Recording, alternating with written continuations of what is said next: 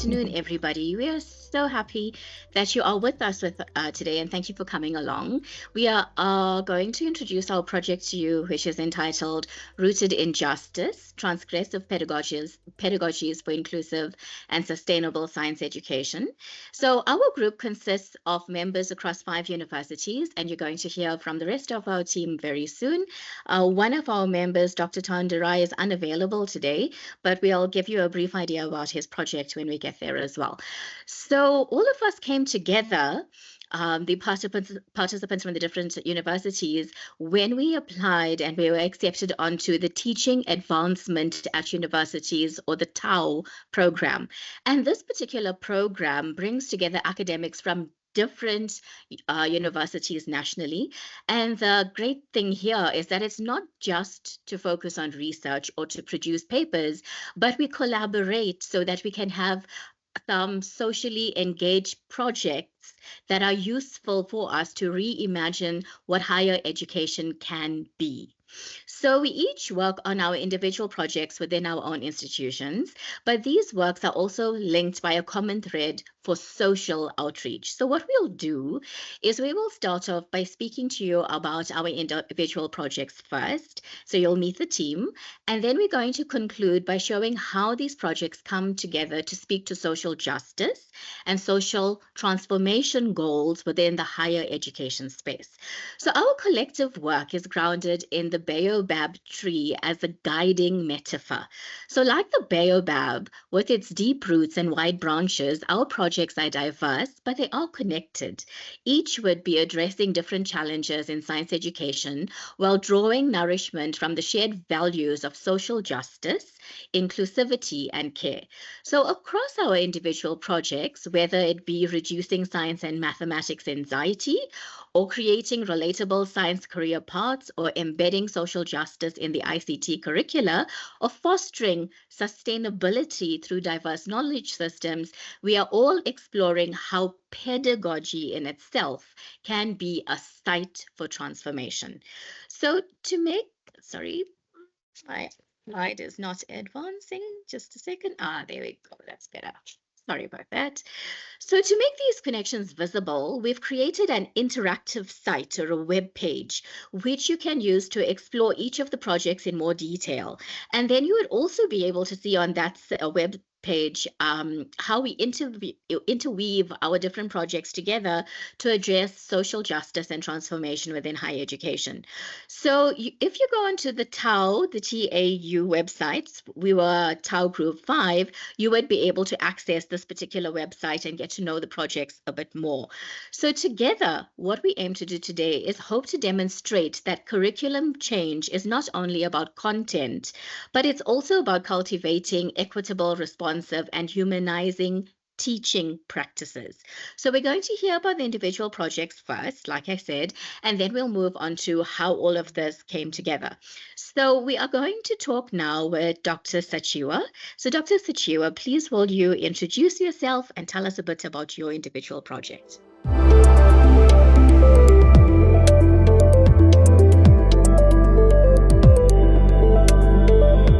Thank you very much, Shalini. Good afternoon, colleagues. My name is Sakyiwaa Boateng.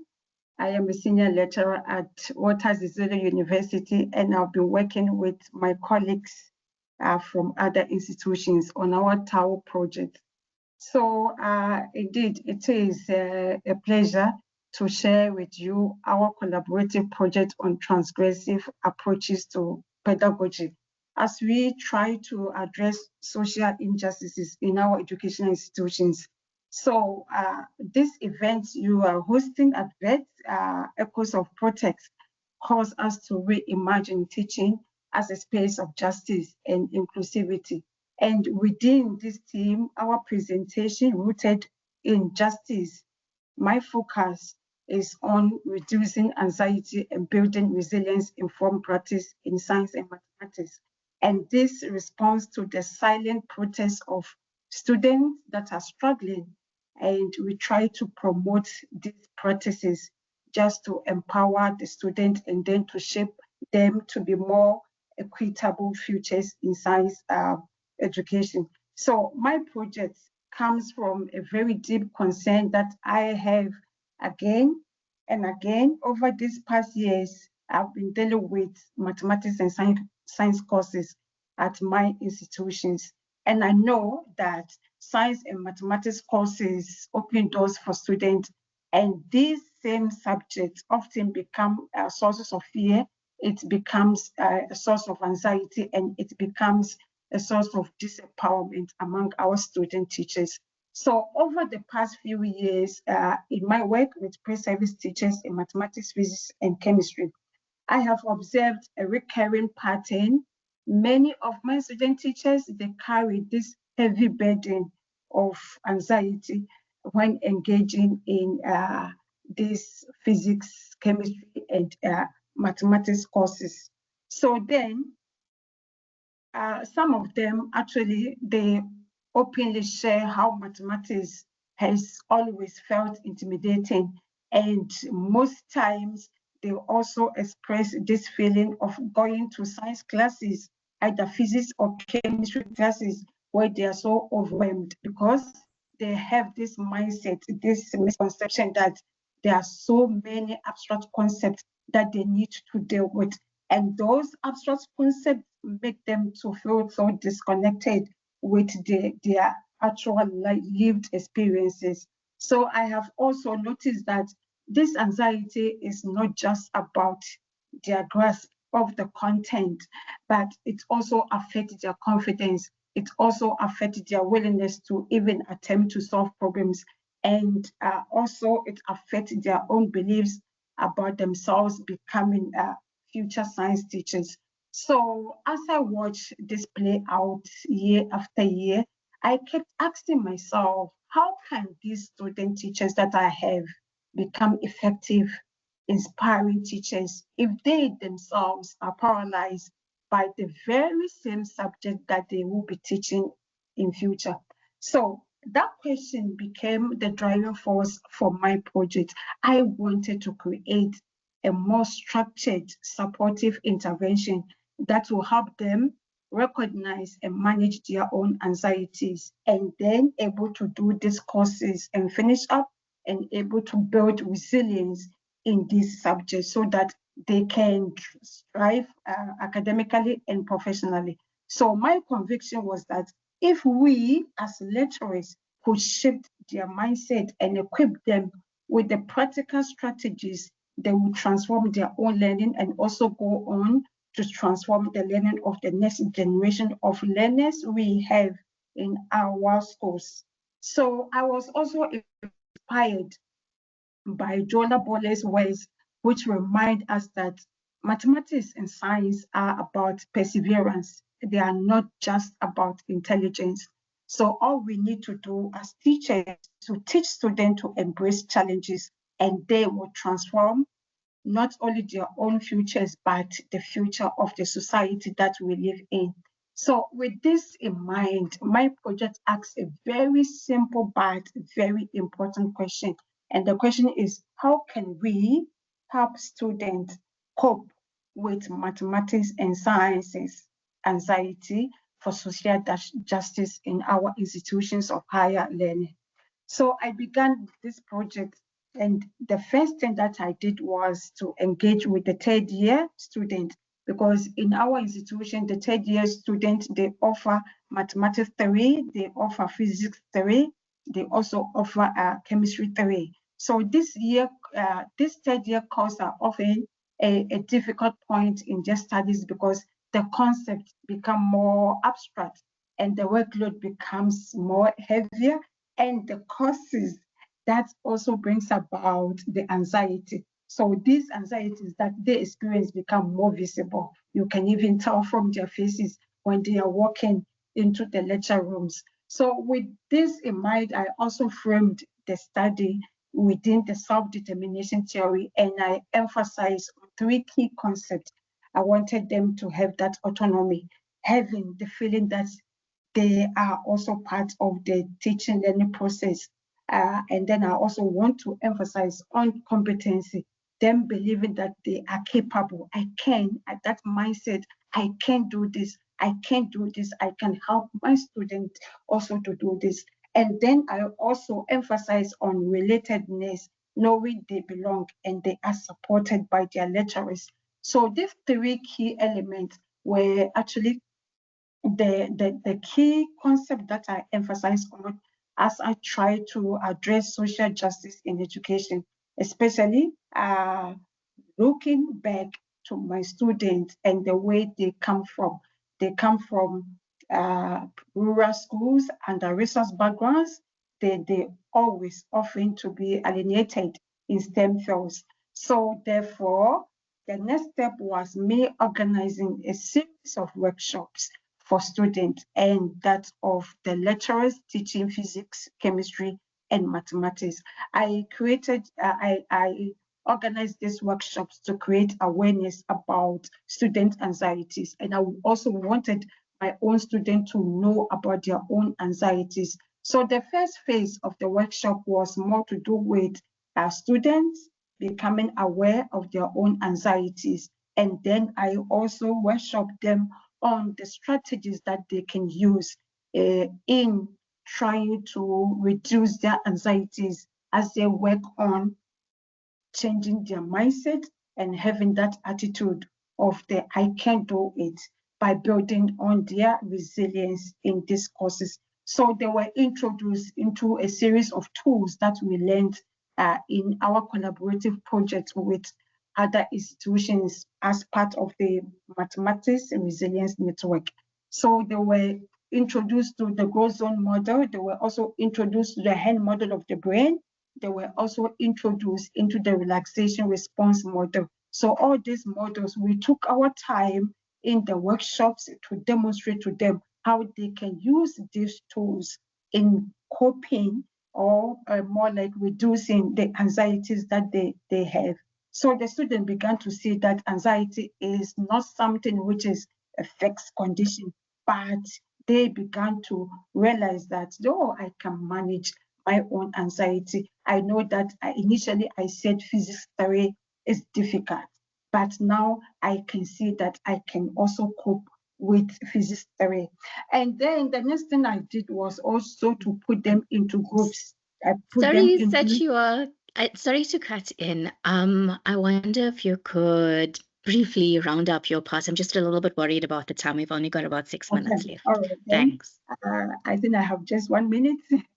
And then I put the students also into groups. So we had to work with the counseling unit, the institution, to also help the student in other factors. So this method that we introduced was more like that humanizing pedagogy and introducing the pedagogy of care in our lecture rooms. And then also I organized series of workshops with the lecturers, and the lecturers became aware of the student anxieties. And then we also introduced those strategies to help them, to help students to cope with these other subjects. So colleagues, in closing, our shared goal is to move beyond just passive learning, the lecture method, because we are actually not teaching students that will become maybe actuarial sciences, but we are teaching students that will become teachers in future. So therefore, we have engaged with the students, and we are trying to integrate these resilience building strategies with transgressive pedagogies, and we are anticipating that it will transform their lives. So I would like to leave you with this question: how can we together scale up these resilience building strategies and practices so that all our students can flourish in STEM, not just surviving? Otherwise, thank you very much for Thanks. listening. Thank you so much, Sakyiwaa. Let's go on to Professor Tendani now.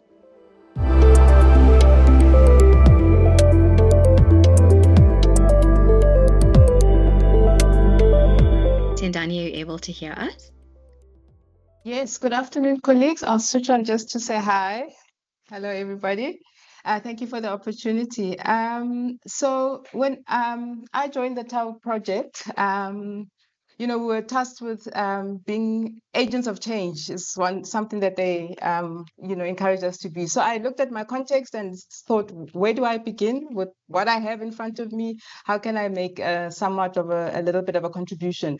So my background in terms of research interests lies in ICTs for socioeconomic development, as well as digital government, digital skills and inclusion. So I looked at a module that I'm teaching at honors level that focuses on ICT for socioeconomic development. And I thought that would be a good place to start if you're saying, where am I and what could I potentially start with? So I looked at how I could potentially integrate social justice themes into the module in line with, what our curriculum transformation framework outlines in terms of, in enhancing or rather, becoming a community that actually cares about our impact on society and having a just and an equitable society.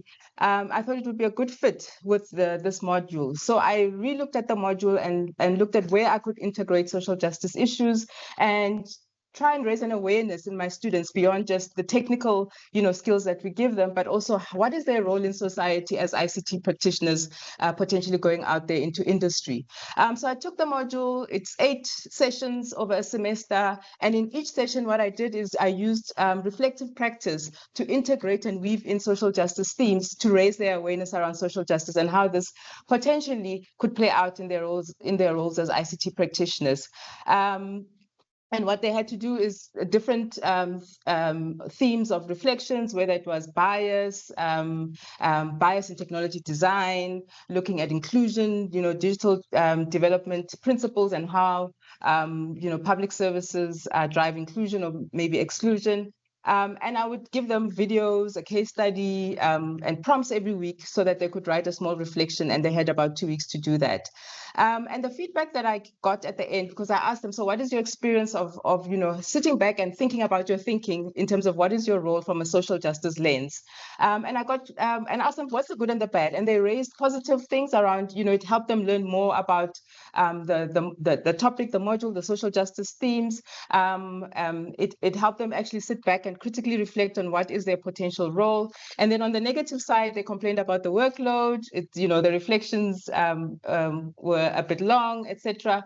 But I looked at all of that feedback and I thought this can actually be taken forward into potentially a module that we can look at providing across the School of IT and see how we could integrate it in other modules. So I think that the project, in terms of what the students said and the feedback that they gave me, has actually emboldened me to take it forward and see how we could integrate it further across other IT modules, so that you are, giving your students an opportunity not to just learn technical skills, but to also really consider the social aspects of what they do on a day-to-day basis. Thanks, colleagues. Thank you so much, Professor Tendani. Let's hear from Dr. Buyiswa now.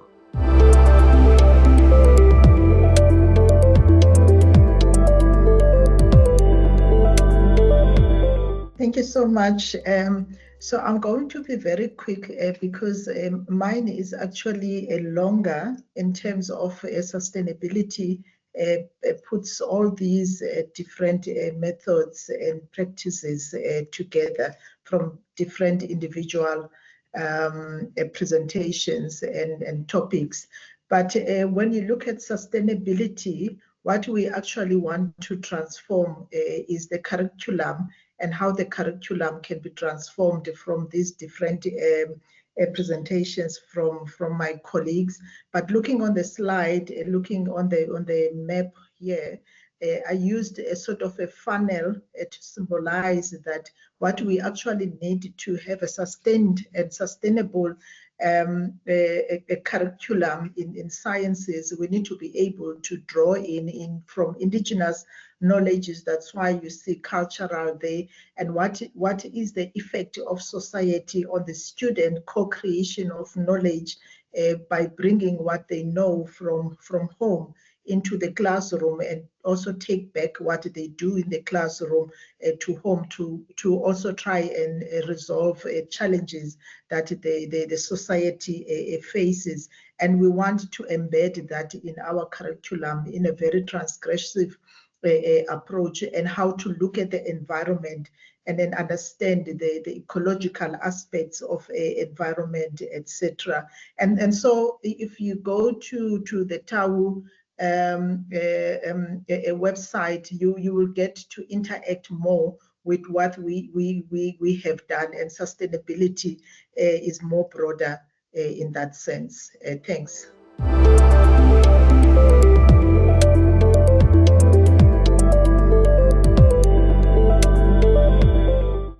Thank you so much, Bui. I will move on to my individual project now. So the challenge that I chose to work on was this. Many students, regardless of whether they're in high school, undergraduate studies, or even at honors, I found from my previous research, had very little clarity about the career pathways that were open to them within the sciences, particularly in biology. And this lack of visibility of the different career options available in biology can contribute to anxiety, to low motivation, to disengagement, and even to issues with retention in undergraduate studies. So my project set out to address this gap about awareness about careers in biology. To do this, I created short video interviews with a diversity of scientists, and I shared these videos through social media like TikTok, Instagram, YouTube, and Facebook, and also through teacher networks at high schools. So the idea for the videos was to let youth see people who are practicing scientists from different backgrounds in Africa. And the interviews looked at things like the work that the scientists did and what the journey of the scientists was in terms of the support structures that were available to them, the challenges they experienced, what they studied, how they eventually got to where they are in terms of the kind of research that they're doing. When I did these videos, I was very intentional about representation. I wanted to show the students that wherever they imagined themselves being in science, there were others who had walked the path before them. And so there was definitely a space of belonging for them within the sciences as well, if this is where they chose to be for their future career. So you might be wondering why I did this. Well, it's because teaching is not just about knowledge transfer. It's about shaping identities, creating belonging, and enabling students to see themselves as part of the scientific community. So I felt that my project repositions scientists, so biologists in this case, as role models and shows that science is not an abstract career for just the elite, but a field where anyone from any background can belong and can contribute if this is the space they'd like to be in. So this project has shifted my own perspective as an academic. I see teaching as transformative and act in being epistemic and in terms of cognitive justice, where multiple knowledges, diverse identities, and a sense of belonging, very importantly, are nurtured alongside the disciplinary teaching and learning. So in short, this project has been about more than just producing videos. It's also about reimagining the science education as a space of inclusion, care, and possibility. And for me personally, it has meant recognizing that transformation often starts with small acts that ripple outward far beyond the lecture hall. So with that overview of the individual projects, I'll move on now to Professor Kershree, who's going to talk to us about the unifying theme that brought our works together. Kershree, can I bring you into the conversation, please?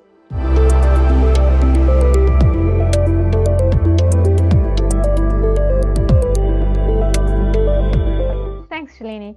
Yeah, I mean, I think for me as part of this group, it was to pull all these different threads together. And I think what we really wanted to show was this idea, this move from science for the sake of science to science for society, and how we need to embrace concepts like epistemic justice, but also epistemic generosity, seeing ourselves as part of a larger whole for the sake of sustainability. And so I think that you would see that what we're trying to emphasize in all of our different projects is these competencies or these ways of being that we need to develop in our science students, that they see beyond just the content or just the powerful knowledge, the content knowledge of the curriculum, but also embracing other aspects, other elements that we really need for students to be able to see themselves as something, as part of something bigger, so that they can contribute in a contextualized way, in a meaningful way, that brings what they're learning to life, but also with a very strong ethical underpinning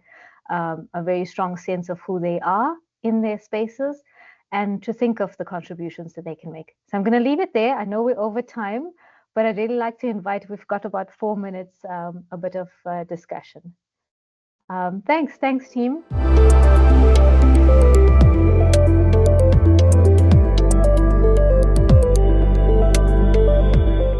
Thank you so much for an utterly thought-provoking presentation of really not only demonstrating praxis, towards praxis and social justice, but really making epistemic freedom alive. So thank you very much for that.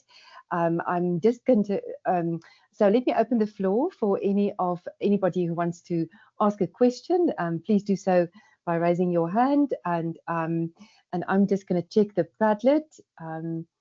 If there's any comments, not yet, but maybe I can just elicit what May has said, namely, thank you for highlighting how cultural, societal and environmental perspectives are being brought together in your approach, which is indeed an ecological approach. And you also mentioned drawing from Indigenous knowledge and co-creating knowledge with students. Could you please expand on how you actually navigate the tension between teaching and traditional science content and embedding these local or Indigenous perspectives into curriculum and practice? So that's a question for the team. I don't know if you want to alterate or who wants to grab it. I'll go first. Go ahead. So, yeah. So what or how I am embedding this in the actual practice in a classroom. I teach natural products. I'm an organic chemist.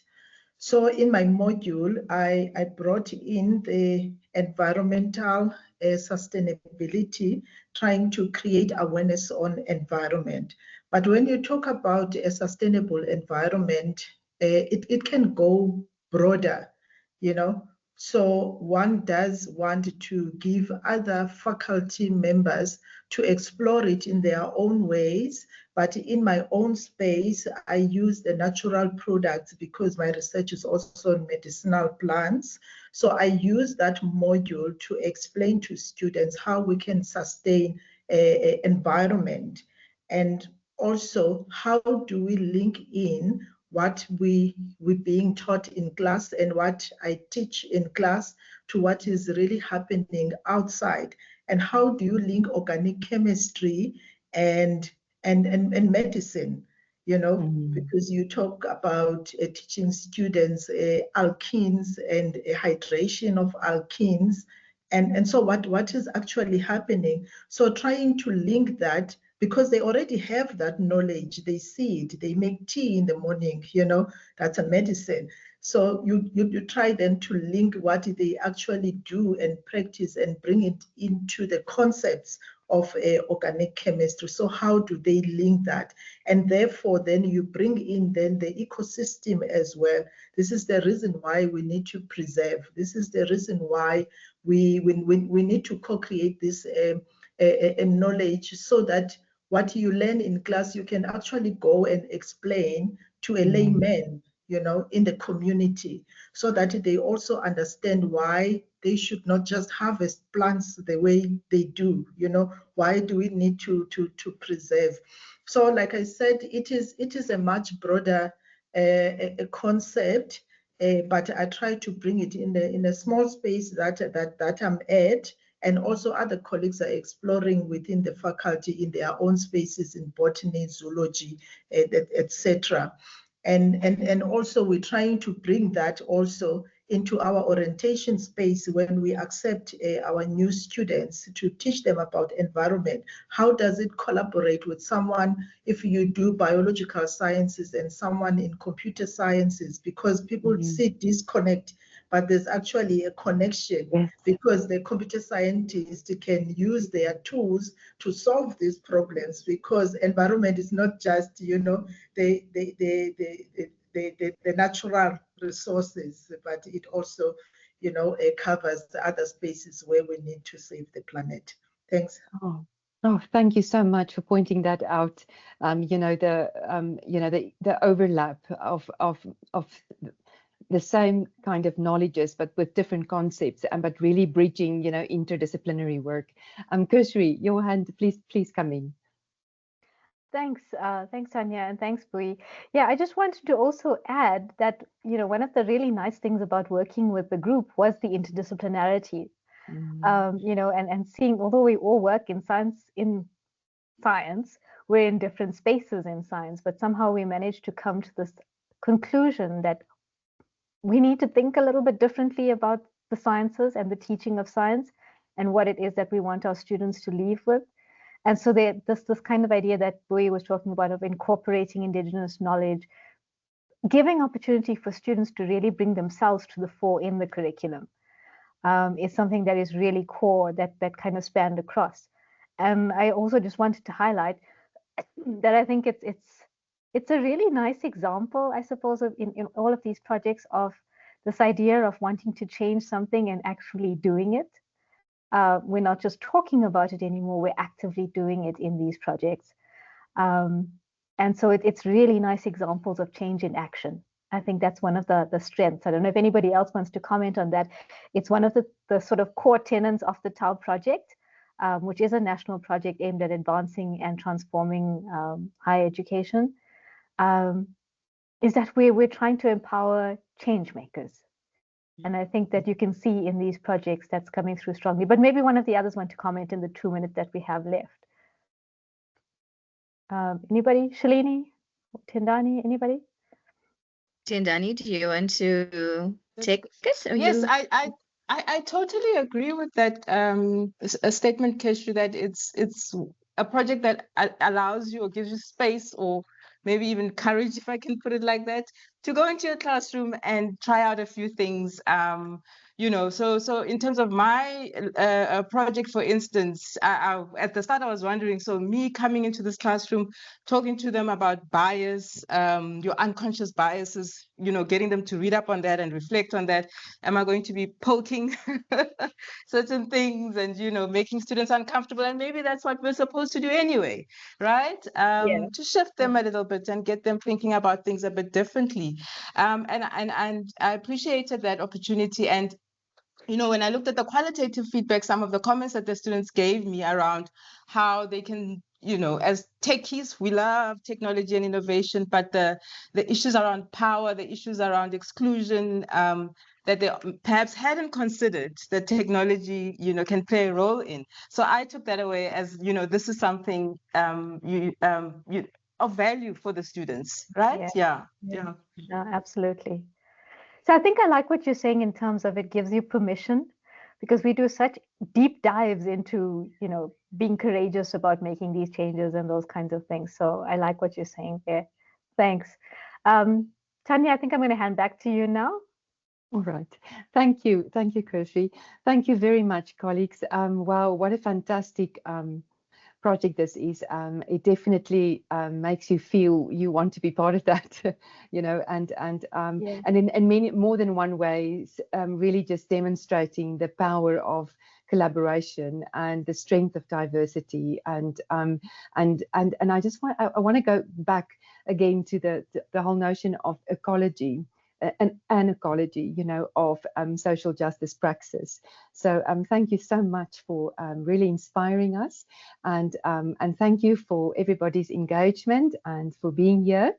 I'm going to let you go now, otherwise you are going to be late for the next session, which you have an option of 3 breakaway rooms. So, but we will cross, our paths will cross again, and during the rest of the conference and beyond.